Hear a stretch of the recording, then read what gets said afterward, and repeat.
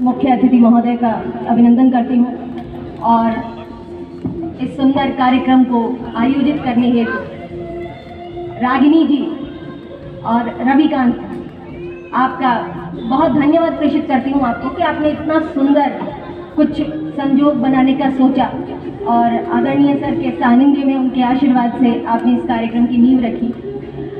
बहुत खूबसूरत सब कुछ चल रहा है। अभी तक आपने बहुत लयात्मक चीज़ों को सुना। मैं कुछ बोलने लगी, थोड़ा रूखा रूखा सा लगता होगा कानों को, लेकिन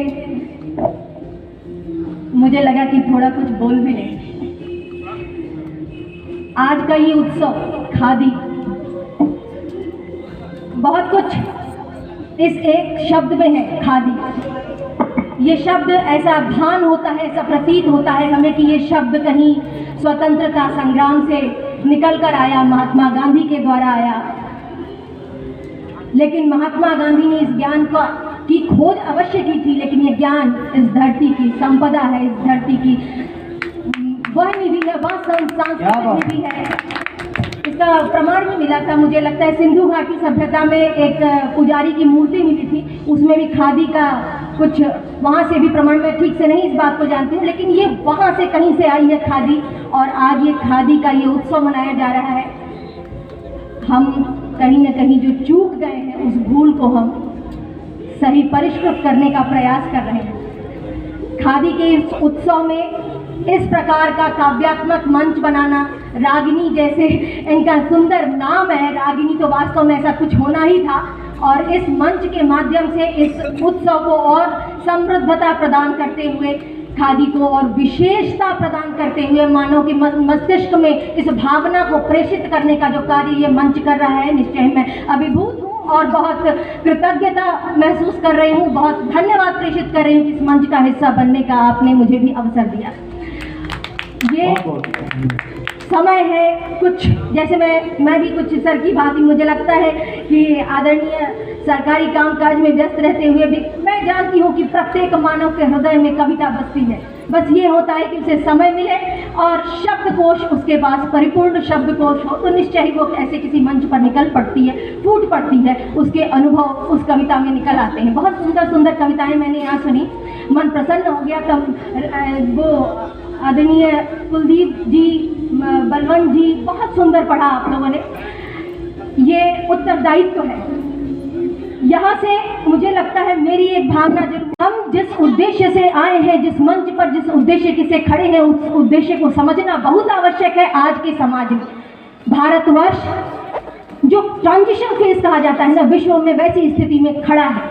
हम पुनः अपनी उस समृद्ध संस्कृति की ओर मुड़ रहे थे कि हम ये कह सकते हैं कि हम बहुत कमजोर स्थिति में हैं। हमारा इतिहास बहुत समृद्ध था।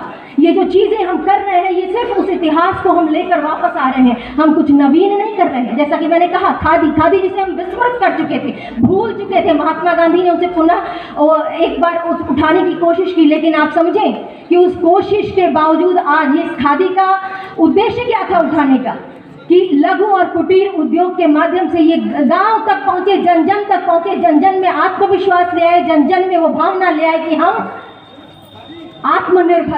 आत्मनिर्भर भारत बनाने का प्रयास था।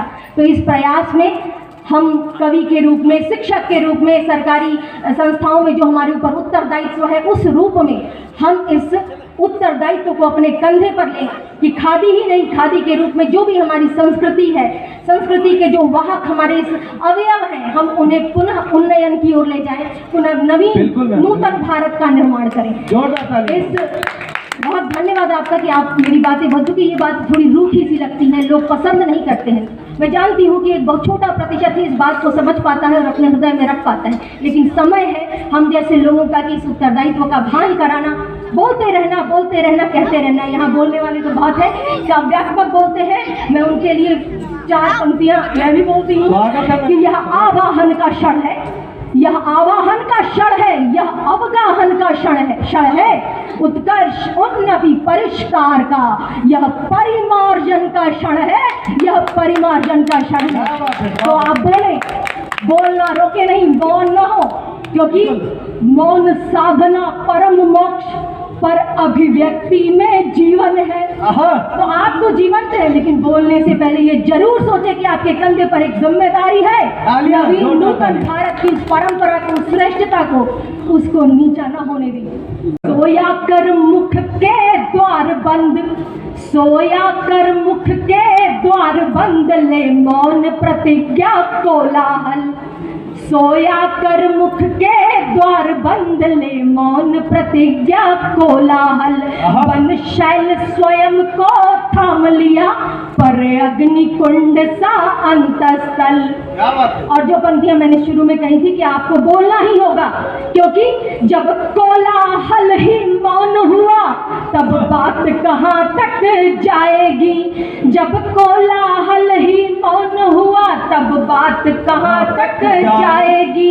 नीरद घनवल्ली बिन वृष्टि, बिना बादल के गरजे किस प्रकार से वर्षा जमीन तक आएगी।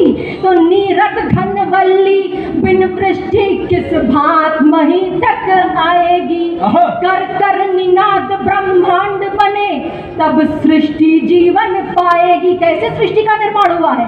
एक भयंकर विस्फोट अर्थात कोलाहल। कर कर निनाद ब्रह्मांड बने, तब सृष्टि जीवन पाएगी। कुरुक्षेत्र रणभेरी से दुनिया नवयुग में आएगी।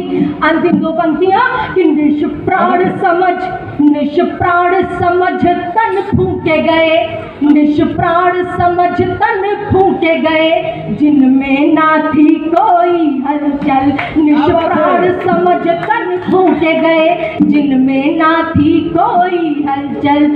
सोया कर मुख के द्वार बंद, ले मौन प्रतिज्ञा कोलाहल। बहुत बहुत धन्यवाद। बोला एक जय घोष, तो मेरे साथ जय घोष करें कि भारत माता की, भारत माता की। ये मंच बहुत सुदृढ़ था, बहुत समृद्ध था। पुनः बहुत धन्यवाद मुख्य अतिथि महोदय का, बहुत धन्यवाद, और आप सभी श्रोतागण का बहुत धन्यवाद। यहाँ पे